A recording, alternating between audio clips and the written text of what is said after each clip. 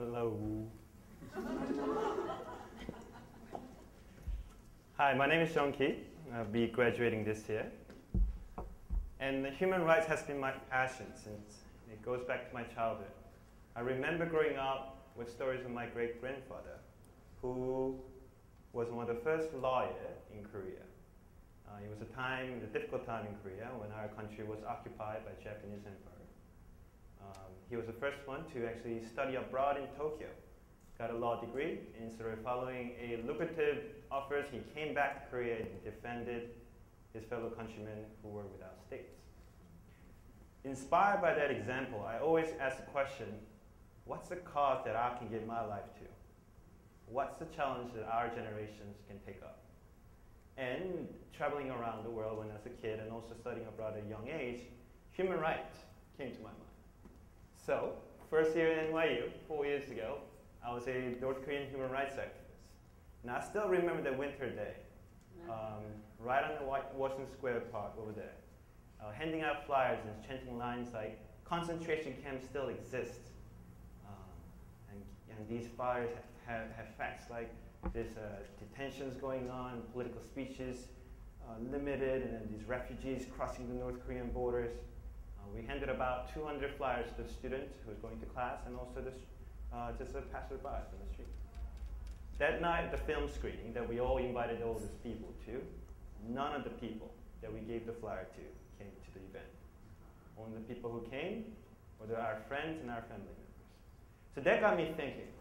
We have 1,800 words document that talks about the ideal, talks about the vision of the world, where no matter what nationality I belong to, you belong to, no matter what race we belong to, no matter how our gender is defined, you still deserve these basic guaranteed freedoms. That ideal is so beautiful to me, but it's not connecting with the students in NYU. So I begin to wonder about why is that happening. And it has to do with the fact that the perception of human rights is sometimes and oftentimes very violent. When we hear the news of human rights, it also deals with conflicts. It's about a place somewhere away from where we live, some place far and far away. This is not a person that I meet on a regular basis. This is not the street that I walk by. This is not the places I go. This is not people that I care about. This is not the children, and I'll rather spend time with these people having fun rather than think about someplace else with the violence. So that got me really, really depressed at first, right? But I start to think about that how can we make these rights be connected to us? Because after all, we're standing here and talking about these ideas because our freedom of speech is protected. How can we make these rights to be something inherent to all of us? And the answer actually goes way back to 1800s. In a book, Inventing Human Rights, author Lin Han talks about the important phrase in the Declaration of Independence. Have everybody read the Declaration of Independence here? Wonderful. And I'm sure you all know the line, we hold these truths to be self-evident. And then a little bit of summarization, right to life, liberty, pursuit of happiness. Lin Han talks about, well, the funny thing about this document, and Thomas Jefferson, that he never goes around explaining why these rights are self-evident. After all, if he explains why it's self-evident, it's not self-evident anymore. What he's talking about is that during that time, the pre-revolutionary era, there's a certain mood, there's certain literature, certain way that people communicated that they created this sense of a community beyond the individual town and ethnicity. She goes on and talks more about this very popular novel back in the Revolutionary era called Julie, which is in the form of an epistle novel. That is, the format of the novel is literally a letter, is a first person perspective, letter after letter. Usually has to do with a love affair between a servant and a master. But a lot of people talk about the experience of reading these books are so emotionally drawing. Because when you read this novel in the first person perspective, you end up engaging, you end up looking from their point of view.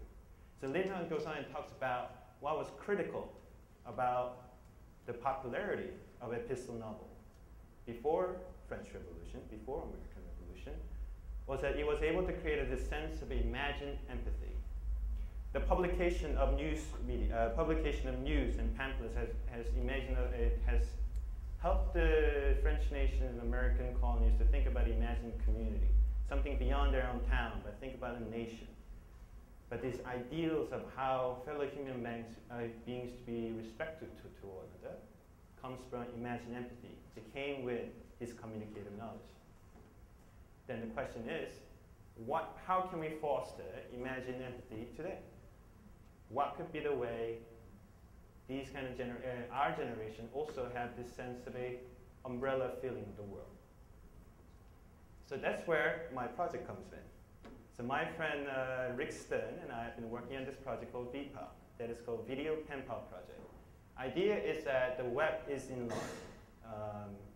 People are more connected than ever, and we're getting more used to the visual mediums. We always carry cameras, and video cameras is getting easier and easier.